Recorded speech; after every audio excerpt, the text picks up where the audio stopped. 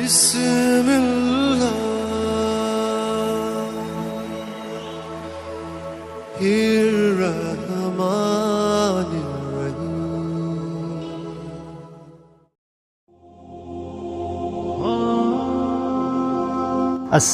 अलैकुम मेरे मोहतरम अज़ीज़ दोस्तों। एक दफ़ा सुल्तान महमूद गज़नवी अपने कुछ सिपाहियों के साथ शिकार पर निकला। शिकार करते हुए वो अपने सिपाहियों से जुदा हो गया और जंगल में कहीं भटक गया। सुल्तान महमूद गज़नवी जंगल में रास्ता तलाश करने में मशगूल था कि अचानक एक हिंदू धर्म की लड़की पर उसकी नज़र पड़ी। बादशाह उसे देखकर ही यह समझ गया कि ये शहज़ादी मालूम होती है।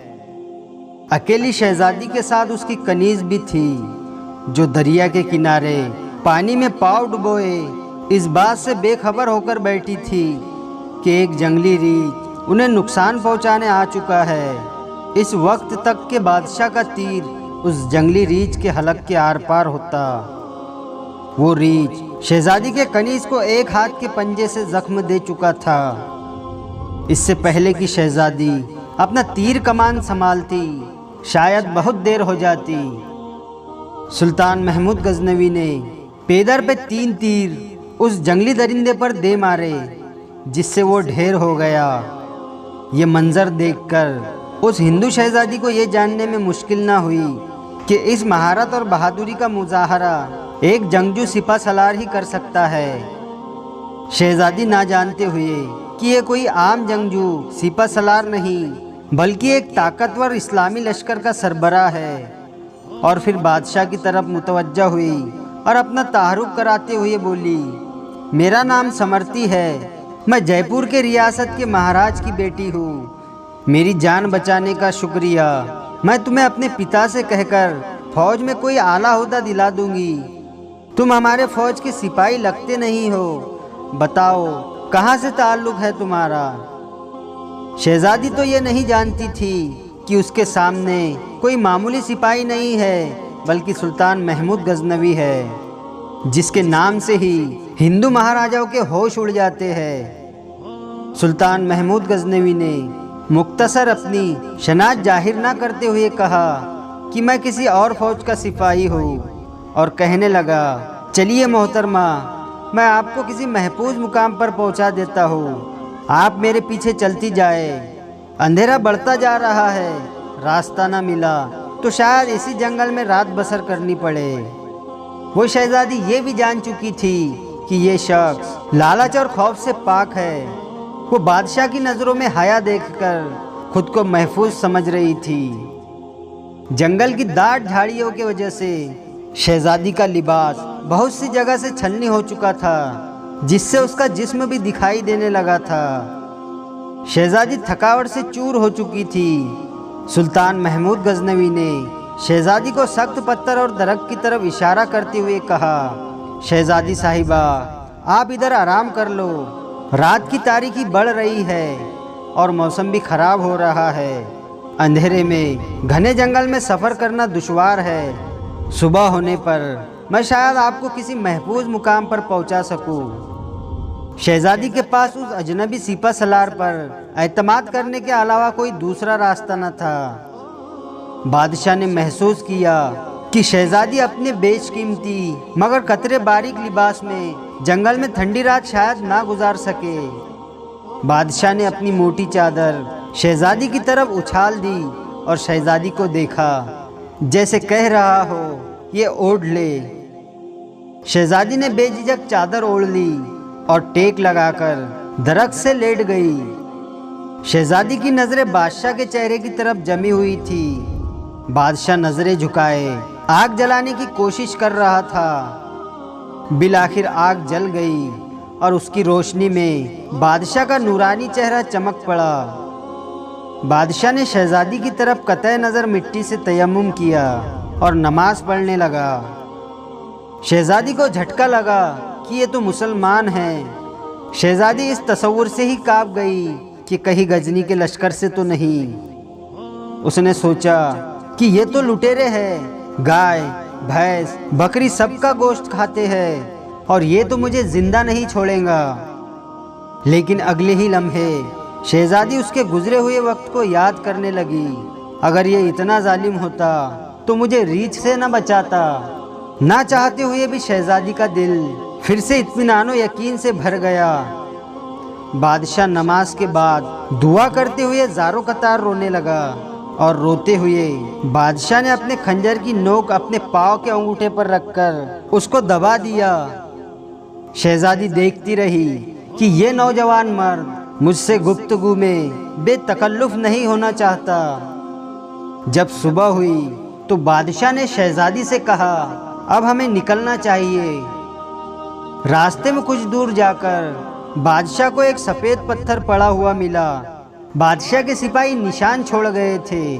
ये उस ज़माने का एक तरीका था कि जंगल में पत्थर छोड़े जाते थे ताकि पीछे आने वाला रास्ता जान सके। बिलाखिर शहजादी और बादशाह एक हमवार रास्ते पर आ पहुँचे। कुछ दूर एक छोटे से गांव के आसार नज़र आ रहे थे। ये आपकी रियासत का ही एक गांव मालूम होता है। गांव पहुंचने पर शहजादी ने वहां के मुखिया से कहा कि हमें 2 घोड़े और कुछ खुश्क अनाज दिया जाए। फिर शहजादी ने बादशाह से कहा, अजनबी, हमें तुम पर बहुत हैरत हुई। तुम किस मिट्टी के बने हुए हो? तमाम रात तुमने अपने खंजर से जख्म खरीदते रहे और मेरी तरफ कोई तवज्जो न दी।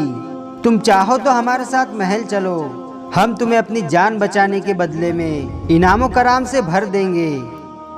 सुल्तान महमूद गजनवी ने घोड़े पर सवार होकर शहजादी से कहा, शहजादी साहिबा, जख्म इसलिए खरीद रहा था आपका हुस्न मेरे ईमान को जद न पहुँचाए और मेरी तवज्जो मेरे दर्द की तरफ रहे, आपकी तरफ ना बढ़े।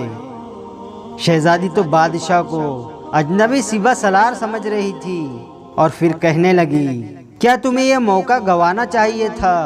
हमसे मुलाकात के लिए लोग अपनी रियासतें हमें देने को तैयार है और तुमने वो मौका ऐसे ही गंवा दिया। सुल्तान महमूद गजनवी ने कहा, सुनो शहजादी, मैं मुसलमान हूँ और मोहम्मद अरबी का गुलाम हूँ। मेरी नज़रें आपके जिस्म पर नहीं अपनी रूह पर थी। शायद मेरे जिस्म से गुनाह का दाग धुल जाता, लेकिन मुझे अपने रूह पर गुनाह का दाग लिए अपने नबी हज़रत मोहम्मद सल्लल्लाहु ताला अलैहि वसल्लम के सामने पेश होना गवारा न था। शहजादी ये जवाब सुनकर उस सिपाही का अपने मजहब से लगाव देखकर उसके किरदार से मुतासिर हुए बगैर ना रह सकी। जैसे उसका दिल उस अजनबी के मजहब और ज़िंदगी में शामिल होने को बेकरार हो। ये कहकर बादशाह ने इजाज़त चाही। शहजादी ने कहा, अपना और अपने फ़ौज का नाम तो बताते जाओ, हम याद रखेंगे। सुल्तान ने चादर से नकाब ओढ़ा, तीर कमान कंधे पर डाले, तलवार अपने मियान में डाली और घोड़े की रकाबें पकड़े हुए बोला, शहजादी, मेरा नाम सुल्तान महमूद गजनवी है और मैं ही गजनी की अजीमुशान फ़ौज का सलार आज़म और सुल्तान हूँ। ये कहकर सुल्तान महमूद गजनवी ने घोड़े को ऐर लगा दी और सरपट भगाते हुए आँखों से ओझल हो गया। तो मेरे मोहतरम अजीज़ दोस्तों, सुल्तान महमूद गजनवी को कुछ जाहिल लोग चोर और लुटेरा कहते थे, लेकिन हकीकत कुछ और है। सुल्तान महमूद गजनवी एक बहुत ही धीरदार और रियाया परवर हुक्मरान थे। वो रात को भेष बदलकर गजनी की गलियों के अंदर गश्त करते, मोहताज और बेवाओं को तलाश करके उनकी मदद करते। हर साल एक कुरान मजीद लिखते जिसे मक्का मुअज्जमा और दूसरे साल मदीना मुनव्वरा भेजते। इन्हें अपने महलात बनाने से ज़्यादा ऐसी इमारतें बनाने का शौक़ था जिससे तमाम मुसलमानों को फ़ायदा हो। इन्होंने अपने शाही महल के अंदर एक बहुत ही बड़ा दवाखाना भी कायम किया जहां से आवाम का मुफ्त में इलाज होता। सुल्तान महमूद गजनवी ने 59 साल की उम्र में वफ़ात पाई। अल्लाह रब्बुल इज़्ज़त हमें इस्लाम पर चलने की और नेक काम करने की तौफीक अता फरमाए। आमीन या रब्बुल आलमीन।